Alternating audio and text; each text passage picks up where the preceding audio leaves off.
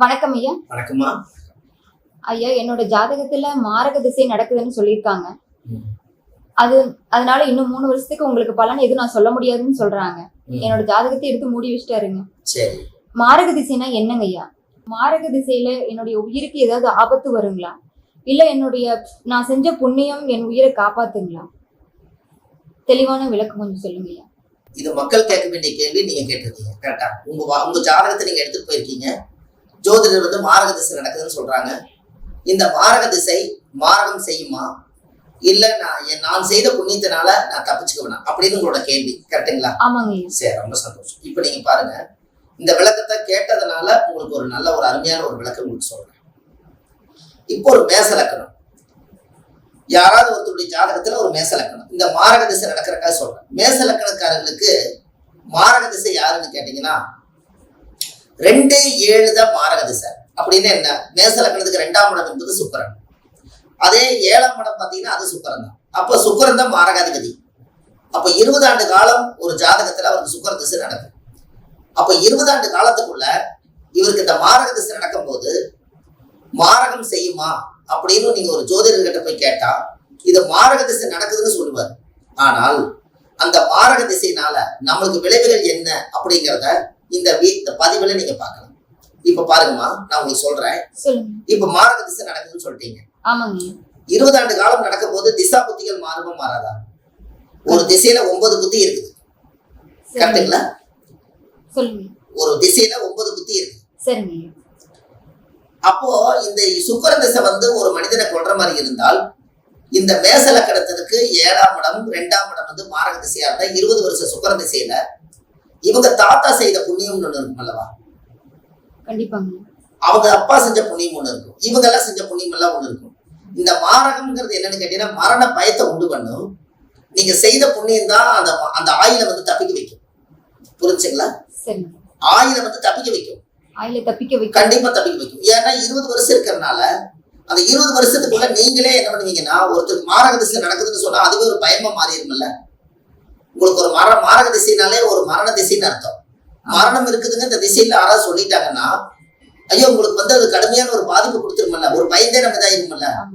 கரெக்டுங்களாமா? மரண பயத்தோட தானே வாழணும். அப்படி வராது. இதுக்கு என்ன அப்படின்னு கேட்டீங்கன்னா, அதனாலதான் இந்த இடத்துலதான் ஆய் சோமம்ங்கிறத எங்க கொண்டு வந்து வச்சாங்கன்னா இதுக்காகத்தான் கொண்டு வந்து வச்சாங்க.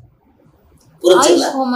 ஆய் சோமம்னா என்ன அப்படின்னா, ஒரு மனிதனுக்கு மாரக திசை நடக்கும் போது ஆயுளோமம் எதுக்கு பண்றதுன்னா, இந்த ஜாதகருக்கு இந்த மாரக திசை வந்ததுனால எனக்கு இந்த பூமியில நான் ரொம்ப நாள் நான் வாழணும், என்னுடைய எதிர்காலத்துல நான் நிறைய இந்த உலகத்துல சாதிக்கணும், 4 பேருக்கு நல்லது செய்யணும், நான் புண்ணியங்கள் நிறைய பண்ணணும், தான தர்மங்கள் நிறைய பண்ணணும், இதெல்லாம் நான் பண்ணி என் வாழ்க்கையில நான் நல்லா இருக்கணுங்கிறதுக்காக இந்த பூலோகத்துல வாழணும்னு நினைக்கும் போது இந்த மாரக திசை வந்து என்ன கஷ்டப்படுத்துது, இதுக்கு ஏதாவது பரிகாரம் இருக்கிற ஜோசியர்கிட்ட கேட்கும் போது ஜோசியர் என்ன சொல்றாருன்னா, இந்த கால திசை நடக்கும் போது நீங்க ஒரு ஆயுசோமன்னு உங்களுக்காக பண்ணிக்கிங்க.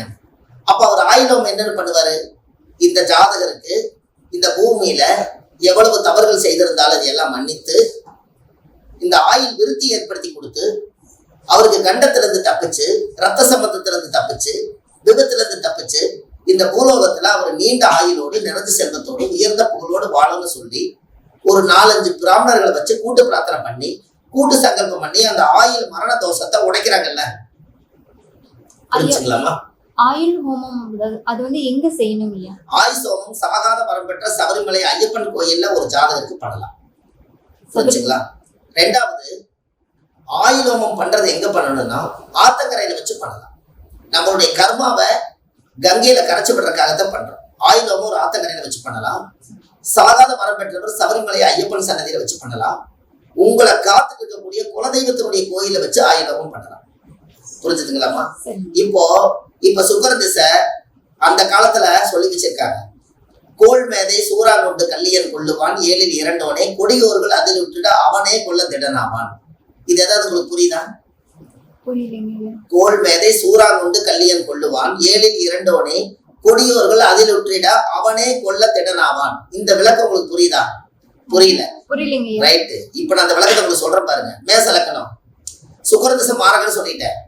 அப்ப கோள் மேதை சூறா கொண்டு கல்லியன் கொள்ளுவான் அப்படின்னா சூரான் அப்படின்னா சுக்கிரன்.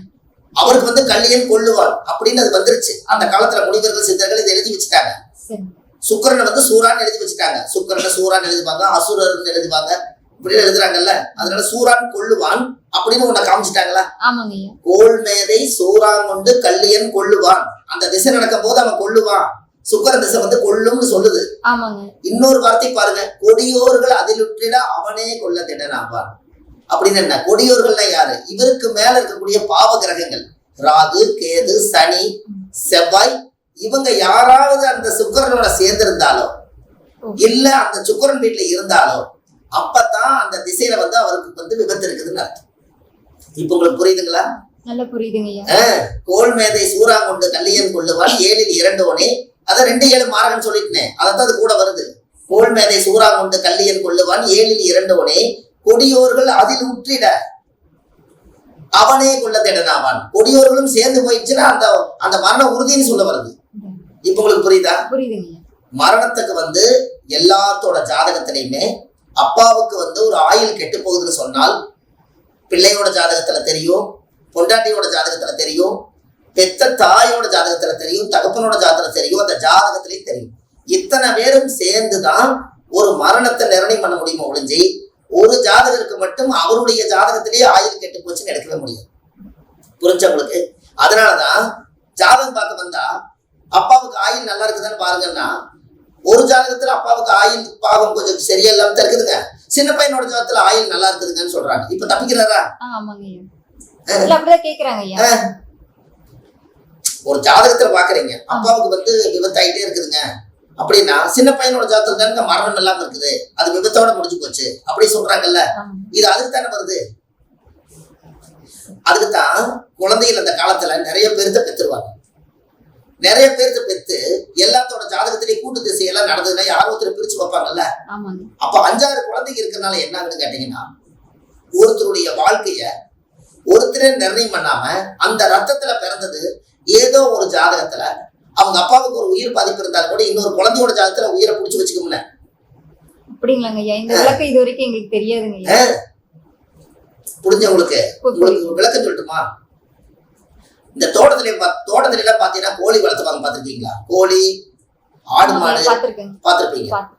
காலையில பார்த்தா கோழி செத்து போயிடும், ஏதோ ஒரு கோழி செத்து இருக்கு, பாம்பு கொத்தி செத்துருச்சு அப்படி இப்படின்னு ஏதோ சொல்லி அந்த கோழி தூக்கி வெளியில போடுவாங்க. எனக்கு விவரம் தெரிஞ்சு நான் பாத்திருக்கேன். அப்படின்னா என்ன, அந்த வீட்டுக்குள்ள ஒரு மரணம் நடக்கும்னு இருக்குது, அவரோட மரணத்தை அந்த கோழி ஏத்துக்குச்சு. அப்படிங்களாங்க ஐயா. அது உயிர் தானே. அப்ப அந்த வீட்டுல ஒரு ஆத்மா ஒண்ணு உயிர் போகணும்னு இருக்குது, உள்ள போகாம வெளியே இறந்துருச்சு. அதனால ஜீவராசியில உடலற்றது உயிரற்றதுன்னு சரியா போச்சுங்களா? அப்போ நீங்க என்ன சொல்றீங்க, தலைக்கு வந்தது தலைப்பாவோட போச்சுன்னு சொன்னீங்கல்ல. அப்ப இந்த இடத்துல கோழி செத்தது, இதே உள்ளுக்குள்ள போய் ஒரு ஆத்மா செத்துறது என்ன ஆகுது, இன்னொரு உயிர் போயிருந்தா என்ன ஆகுது, பெரிய உயிர். இந்த இடத்துல இதனாலதான் அந்த காலத்துல ஆடு கோழி எல்லாம் வச்சிருந்தாங்க. அப்ப இந்த இடத்துல ஒரு மீன் ஒரு வீட்டுக்குள்ள செத்துட்டாலும் கூட எனக்கு வர வேண்டிய உயிர் மீன் செத்துருச்சுன்னு அது ஏத்துக்குச்சு அப்படிங்கிறாங்கல்ல. இது ஜீவராசி வச்சுதான் அந்த காலத்துல கண்டுபிடிச்சாங்க. இப்ப புரியுதுங்களா? நாய் ஊளை விடுது, எங்க இந்த வீட்டுல யாரோ ஒருத்தர் வீட்டுல வந்து ஏதோ ஒரு பெரிய காரியம் நடக்க மாட்டோம் தெரியுது, எல்லா நாளும் நாய் ஊளை விடாது. அந்த ஏரியாவுல அது பாட்டுக்கு நாளை ஊளை விடுது, அப்ப அதுக்கு தெரியுதுல்ல. அதே போல ஆடு, கோழி, மாடு, இந்த வாயில்லாத ஜீவராசிகளுக்கெல்லாம் எல்லா விதத்தையும் ஏற்றுக்கொண்டு இந்த மனிதர்களை வாழ வைக்குது. இதுதான் மாரக திசை. நாம் செய்த புண்ணியத்தை பொறுத்துதான் பாதகம் மாறணும். இப்ப உங்களுக்கு இந்த விளக்கம் புரிஞ்சுதுங்களாமா? இப்ப ரொம்ப தெளிவாவே புரிஞ்சிருச்சுங்க. இதுதான் உங்களுடைய மாரக திசை. அதனால ஒவ்வொருத்தருடைய ஜாதகத்துல லக்கணத்துக்கும் ஒரு மாரக திசை வரும். அவங்க செய்த புண்ணியம், அவங்க அப்பா செய்த புண்ணியம், அப்பா அம்மா, அவங்க தாத்தா பாட்டி செய்த புண்ணியம், அவங்க மூதாதிகள் செய்த புண்ணியம் எல்லாம் சேர்ந்துதான் ஒவ்வொரு உயிரையும் காப்பாத்தி ஒரு புண்ணியத்தோட இந்த பூலோகத்துல வாழ்ந்துட்டு இருக்கிறோம். நம்ம சொல்றோம் ஒரு இத்தினூண்டு இவ்வளவு வித்தியாசத்துல நான் உயிர் தப்பிச்சுட்டுங்கன்னு சொல்றாங்க. அந்த இத்தினூண்டு வித்தியாசத்துல அவங்க அப்பா அம்மா அவங்க தாத்தா செஞ்ச புண்ணியம் தான் அந்த இத்தினூண்டு வித்தியாசத்துல அவர் தப்பிச்சிருப்பாரு. இவர் சொல்லுவாரு நான் நேக்க இப்படி வளைச்சிருக்கேங்க, அப்படி இல்லை. ஐயா எனக்கு அடிக்கடி விபத்து ஏற்பட்டிருக்குங்க ஐயா, அதுல இருந்து தப்பிச்சு வந்திருக்கேங்க ஐயா. ரைட்டு. இதுக்கு நான் உன்னோட சொல்றேன். விபத்து வருது, ரத்த காயங்கள் ஏற்படுது அப்படின்னா செவ்வாய்க்கிழமை அன்னைக்கு ஆட்டு ரத்தம் வாங்கி மாமிசம் சாப்பிட்றவங்களுக்கு தானமா பண்ணுங்க. இந்த கர்மாவை அவங்க தீர்த்துருவாங்கல்ல. அப்படிங்களாங்க ஐயா. செவ்வாய்னா விபத்து, சரிங்க. செவ்வாய்னா தைரியம், வீரியம், வேகம்.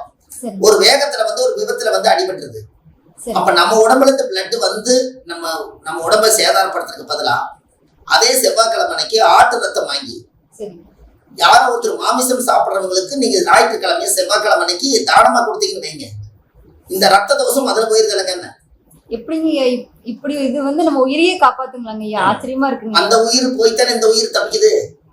நீங்க புதுசு ஒண்ணு கண்டுபிடிச்சு எடுக்கலையே. செவ்வாய்க்கிழமை அன்னைக்கு ஆட்டு ரத்தம் தானம் கொடுங்கன்னா ஆடா இருக்கிறது அவங்களுடைய அமைப்பு. ஆனா அந்த உயிருடைய ஆத்மா போய்த்தானே இன்னொரு உயிரை காப்பாத்துறதுக்கு நீங்க தானமா கொடுக்குறீங்க. அந்த கர்மா இன்னொரு பிரபஞ்சத்துல இருந்து இன்னொரு பக்கம் போகும்ல. இந்த விளக்க நான் இது வரைக்கும் கேள்விப்பட்டதே இல்லைங்க ஐயா. இது ஒரு வித்தியாசமா தான் இருக்குது இல்லைங்களா? இது மக்களுக்கு எல்லாத்துக்கும் போய் சேரட்டு.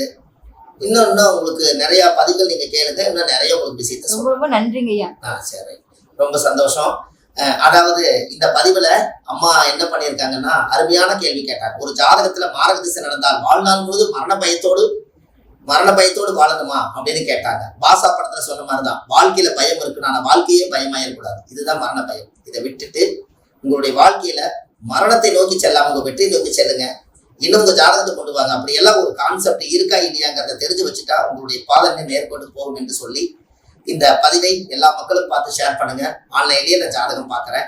இந்த யூடியூப்ல வரக்கூடிய சுப மாரிமுத்து யூடியூப்ல போட்டீங்கன்னா நிறைய பதிவுகள் கிடைக்கும். கண்டிப்பா உங்களுடைய வாழ்க்கை ஒரு நல்ல வளம் பெறும் என்று சொல்லி அடுத்த பதிவில் உங்களை சந்திக்கிறேன். உங்கள் அன்புள்ள சுப மாரிமுத்து. நன்றி.